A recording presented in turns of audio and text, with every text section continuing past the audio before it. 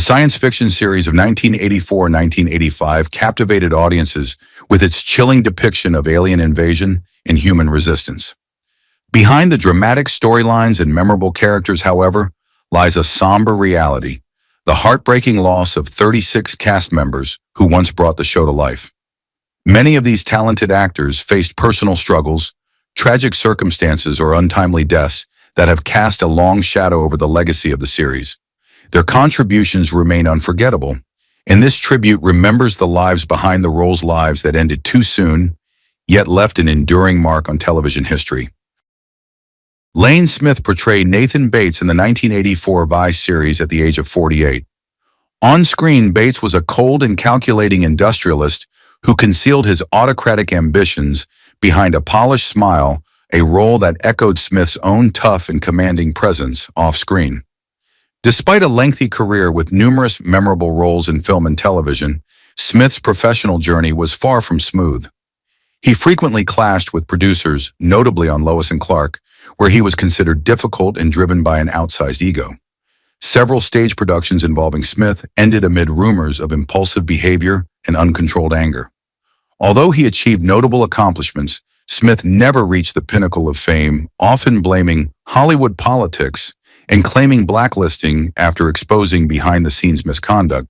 His personal life was equally turbulent. His first marriage ended bitterly, with legal disputes over infidelity and financial control, while his subsequent marriage was more stable, though emotionally distant from his son. In later years, Smith resided in a modest home in Northridge, Los Angeles. He passed away on June 13, 2005 at age 69, after a battle with amyotrophic lateral sclerosis, ALS, leaving behind an estate estimated between $2 and $3 million. His death marked the close of a tumultuous artistic journey shadowed by unresolved struggles. Mickey Jones appeared as Chris Farber in V in 1984 at the age of 43, embodying a gritty, determined resistance fighter, a role reflecting his own rebellious spirit. Prior to acting, Jones was a drummer for Bob Dylan, but his music career was abruptly halted due to erratic behavior reportedly linked to substance abuse and uncontrollable anger. Transitioning to film and television, he found moderate success portraying tough supporting characters, though his past addictions continued to cast a long shadow over his reputation. While his portrayal of Chris Farber earned modest public acclaim, tensions emerged behind the scenes, with co-stars citing emotional instability and relapse concerns. Beneath his tough exterior, Jones was a man burdened by regret for missed opportunities. His marriage fractured under financial strain and prolonged absences, with his only son reportedly estranged for over a decade before Jones's death. He passed away on February 7, 2018 at age 76, following a prolonged illness, leaving a modest estate, including a home in Simi Valley music royalties and memorabilia valued at approximately $600,000, a quiet end to a life marked by both talent and turmoil. Howard K. Smith appeared as himself in the 1984 Vice series at age 70, delivering the stern demeanor and commanding voice that had made him an iconic figure in American journalism for decades. On screen, he embodied integrity and truth, consistent with his journalistic reputation, though his private life was marked by contradictions. A staunch conservative, Smith's views increasingly clashed with television executives at ABC, culminating in a quiet departure amid allegations of political bias. Former colleagues described him as manipulative and controlling traits that strained both professional and personal relationships. Though outwardly professional, Smith was obsessive about preserving his legacy, personally curating and editing archived content to remove perceived weaknesses. His long marriage appeared more a matter of appearance than intimacy, characterized by silence and emotional distance. Later in life, Smith resided in Bethesda, Maryland, supported primarily by publishing royalties, with an estimated net worth around $1 million.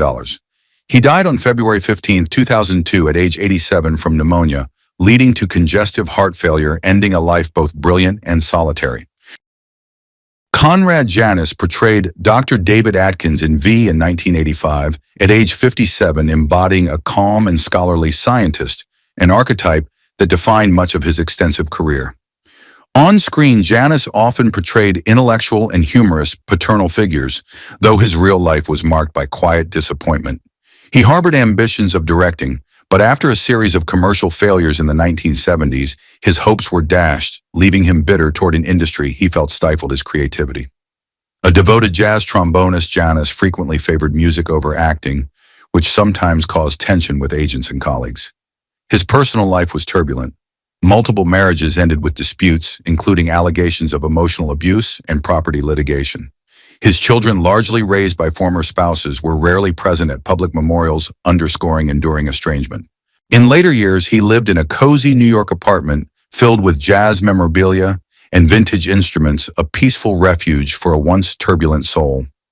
Janis passed away on March 1, 2022, at age 94 from organ failure. He left behind an estate valued at approximately $1 million, including royalties and collectibles, a quiet legacy blending art passion and enduring regret. John McLean portrayed Jacob in V 1984 at the age of 66, delivering a deeply emotional performance as a Holocaust survivor, symbolizing painful memory, quiet dignity, and resilience amid resistance.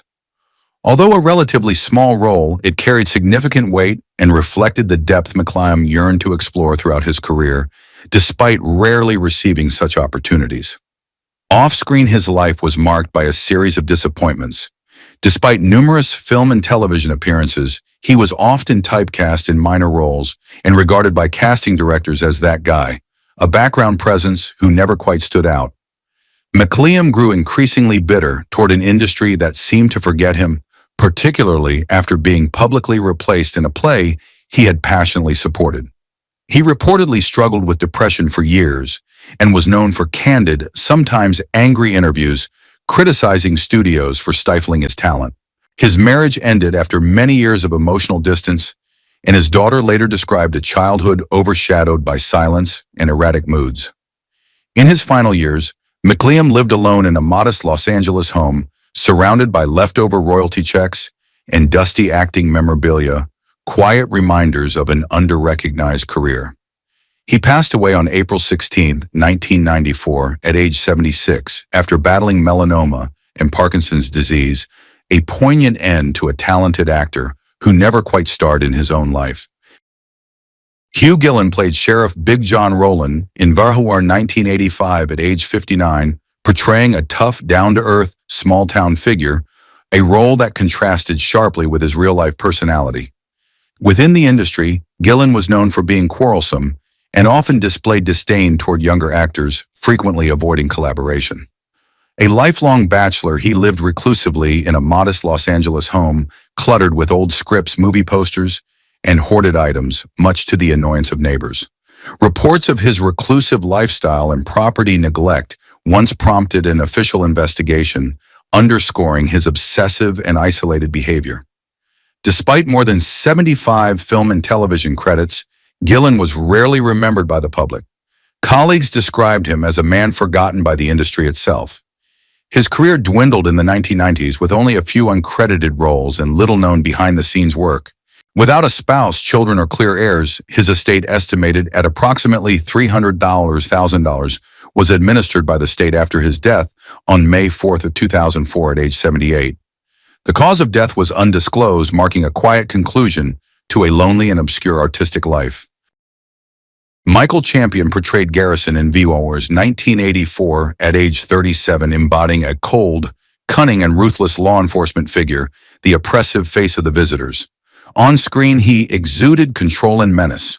Off-screen, Champion led a life defined by shifting identities and unpredictable paths. Born Michael Campbell, he began as a rock musician and repeatedly changed names, bands, and cities as if fleeing his own past. His erratic behavior became legendary, disappearing for months after an on-stage altercation in the 1970s, later resurfacing as an acting coach and boxing advisor. His life was marked by broken relationships, legal disputes over music royalties, and persistent rumors of heavy drug use during his tumultuous rock career. His romantic life was similarly unstable, characterized by numerous brief affairs, no long-term partner, and unconfirmed rumors of a child he never publicly acknowledged. In later years, Champion lived reclusively in Casper, Wyoming, owning a small property and relying on sporadic income from music and film projects. His estate, estimated in the six-figure range, consisted of scattered and uncoordinated assets. He died on June 16, 2021 at age 74 from complications related to COVID-19, closing the chapter on a strange, complex life that never fully fit any role. Robert Ellenstein portrayed General Maxwell Larson in Vienna 1984 at age 61, delivering a dignified performance as a general cautious of the delicate alliances between humanity and alien forces, a role demanding the sharp presence and gravitas Ellenstein consistently brought to his work. Behind his composed on-screen persona, however, was a complex individual. Renowned as a talented actor and director in the theater world, Ellenstein was also known as a perfectionist, with a reputation for tense rehearsals and abrupt dismissals during productions. He notably walked out of a Broadway revival after publicly accusing the director of sabotage, an act that alienated him from parts of the artistic community. Though married for many years, his private life was shadowed by rumors of affairs with younger actresses and a discreet legal dispute in the late 1980s concerning an illegitimate child, which was settled privately. In later years, Ellenstein resided in Los Angeles, owning real estate alongside film royalties and intellectual property rights from his stage work. His estate was estimated at approximately $1 million, supplemented by steady income from reruns. He passed away peacefully on October 28, 2010, at age 87 from natural causes, marking the tranquil close of a vibrant yet occasionally controversial artistic career. Chad McQueen appeared as Dean Boddicker in V for 1984 at the age of 23, in a small role that paralleled his conflicted journey under the shadow of his legendary father, Steve McQueen. Born into the spotlight, Chad faced intense expectations and public scrutiny. He pursued careers in both acting and racing, but his trajectory was marred by controversy and instability. A serious racing accident in 2006 resulted in lasting injuries, followed by persistent rumors of painkiller and prescription drug dependency. Known for a volatile temper and arrogance, McQueen was described by crew members as unmanageable and impulsive, with at least one lawsuit for assault filed against him on a film set. His personal life was equally turbulent, with two bitterly ended marriages, including one involving a restraining order and estranged relationships with his children. Nonetheless, his estate remained substantial, encompassing a Palm Desert Ranch vintage motorcycle collection, rare memorabilia, and McQueen-related royalties, collectively valued near $10 million.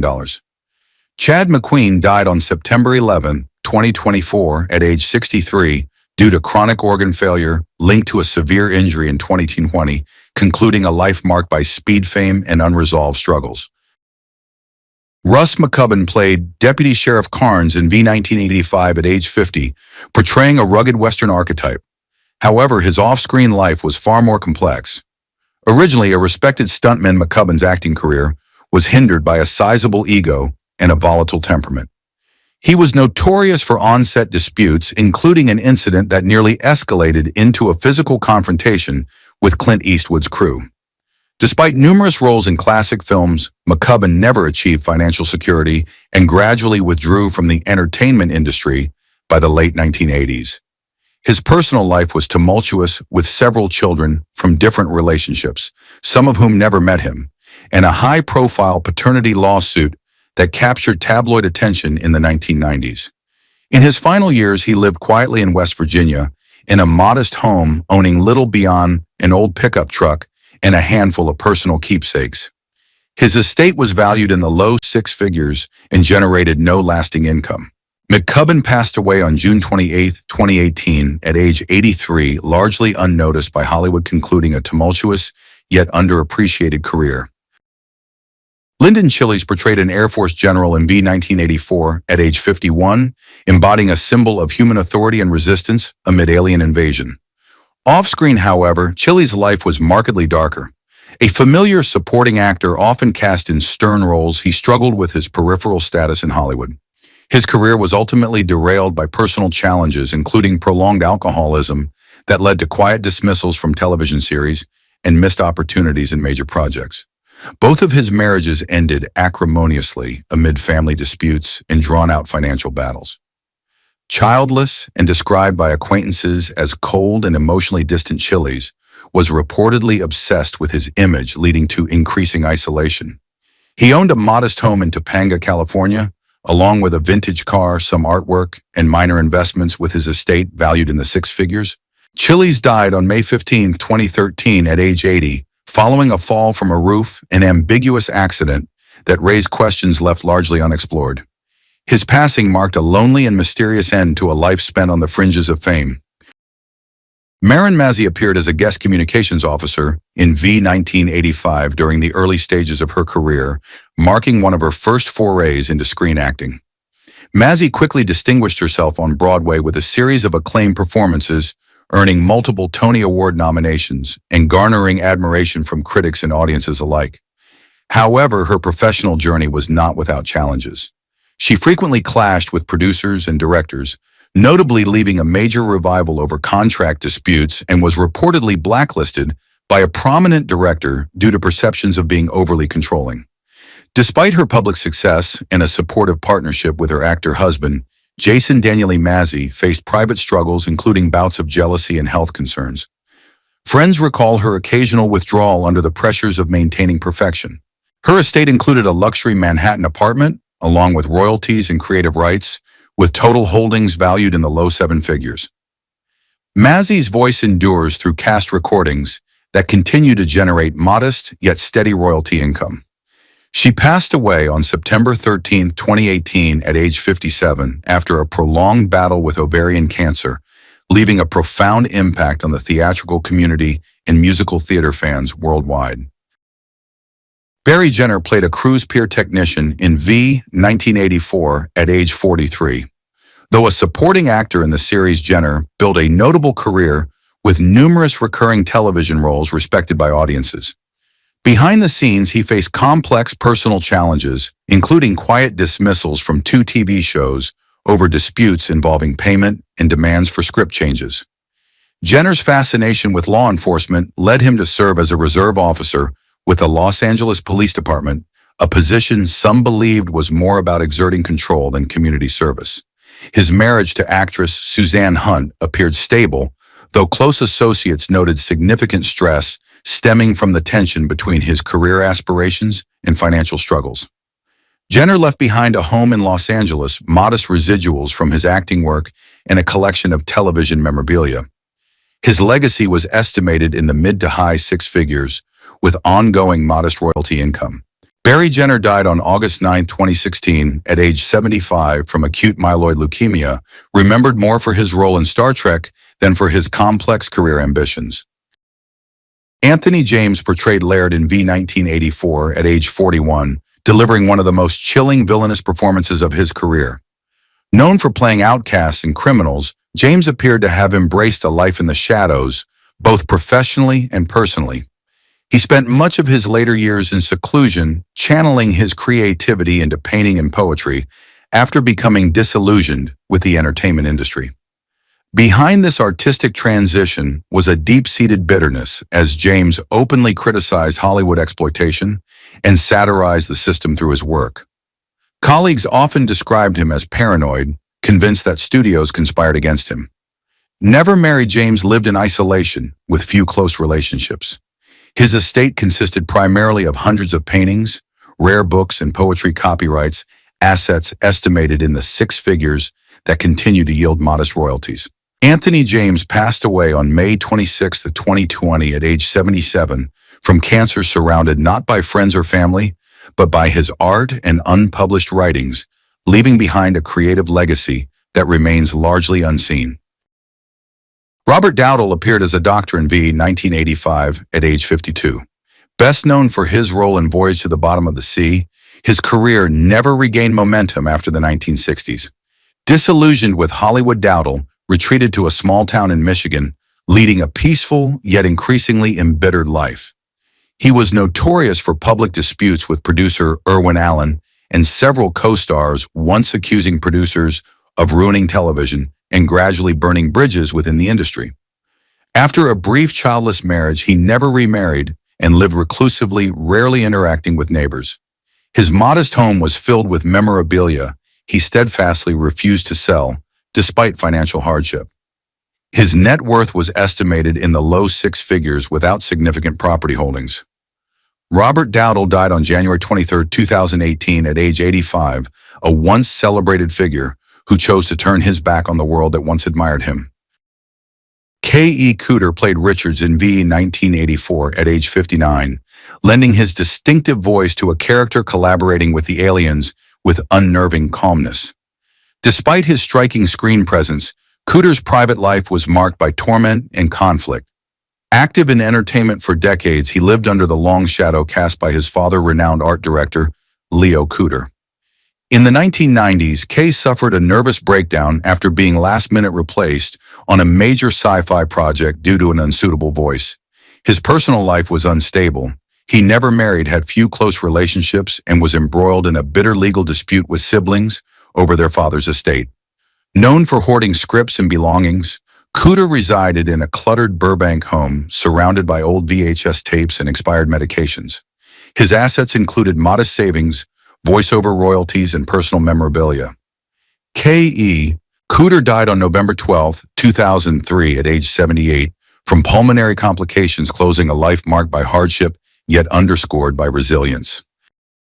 Valentin de Vargas portrayed Bates' henchman in Video 1984 at age 49, delivering a small but memorable role that aligned with his familiar tough guy screen persona.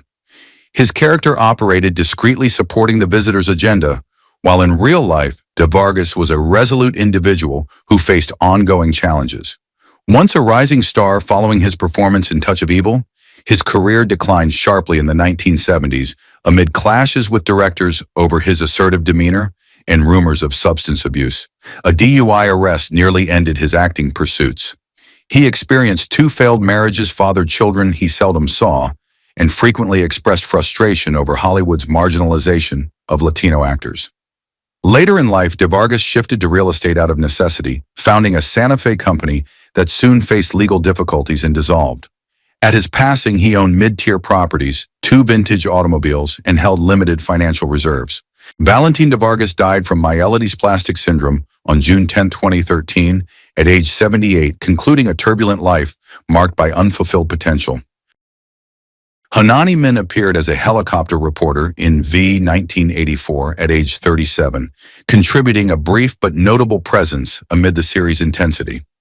As a pioneering Asian American actress, Min encountered persistent typecasting and racial bias throughout her career. Previously married to star Mark Singer, their relationship was marked by jealousy and creative conflicts. Off-stage, she quietly battled depression while maintaining a composed public image. Despite later career successes, Min harbored bitterness over losing roles to younger actresses with stronger industry representation, regardless of comparative talent. Her legacy includes royalties from projects such as Mulan and the Joy Luck Club, as well as real estate holdings, collectibles, and intellectual property valued in the low 7 figures. She passed away from cancer on November 23, 2014 at age 67. Richardson Morse played a doctor in Vis for 1984, embodying a calm and competent figure amid the series' atmosphere of paranoia. In reality, Morse was a complex and often contradictory individual. Known for intense creativity, yet difficult to collaborate with, producers frequently described him as overly rational and resistant to direction. His career was marked by on-set conflicts, including an incident where he walked off a shoot while criticizing the director. Morse underwent 3 marriages, each ending in contentious divorces, attracting media attention, including one accusation of emotional abuse which he denied. Retiring to Santa Barbara, he focused on small theater projects and scriptwriting in later years. His estate, comprising real estate and intellectual property, was estimated around $600,000, generating modest ongoing royalties. Morse died on March 14, 2021 at age 82. Gary Dubin played a guest messenger in V 1985. Though a small part, he was widely recognized as a former child actor, known for roles in The Partridge Family and as the voice of Toulouse in The Aristocats. Initially heralded for a promising career, Dubin's life was overshadowed by stimulant addiction beginning in adolescence. He struggled to maintain professional relationships and was once barred from a major animation studio due to intoxication. Never married, his personal life was tumultuous, occasionally resulting in restraining orders. Dubin lived modestly, supporting himself through convention appearances, autograph sales, and royalties from Disney and anime projects. His estate, valued at approximately $500,000, included a modest apartment and collectible items. Gary Dubin died from bone cancer on October 8, 2016, at age 57. Connie Sawyer appeared as the old woman in V 1984, a character symbolizing human endurance against alien oppression. In reality, Sawyer was a true Hollywood survivor, with a career spanning over 85 years longer than most of her contemporaries. Beneath her charming demeanor and infectious laughter was a life marked by ambition and challenge. She frequently spoke out against typecasting tied to her Jewish heritage and appearance, and was involved in a 1950s scandal where she accused a producer of sexual coercion, a matter swiftly silenced by the industry. Sawyer never married nor had children, and her private life remained largely elusive, with rumors of a complicated past relationship. Her modest Woodland Hills home was filled with decades of memorabilia and scripts. At her passing, her estate was valued in the low seven figures. Connie Sawyer died from a heart attack on January 21, 2018, at age 105, leaving a lasting legacy in the entertainment world.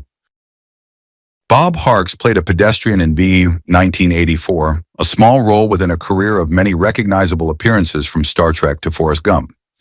Known for his discipline and punctuality, Harks was also rumored to be a set spy leaking backstage gossip to tabloids for cash during the 1980s, a reputation that led to bans from several productions despite lack of formal proof.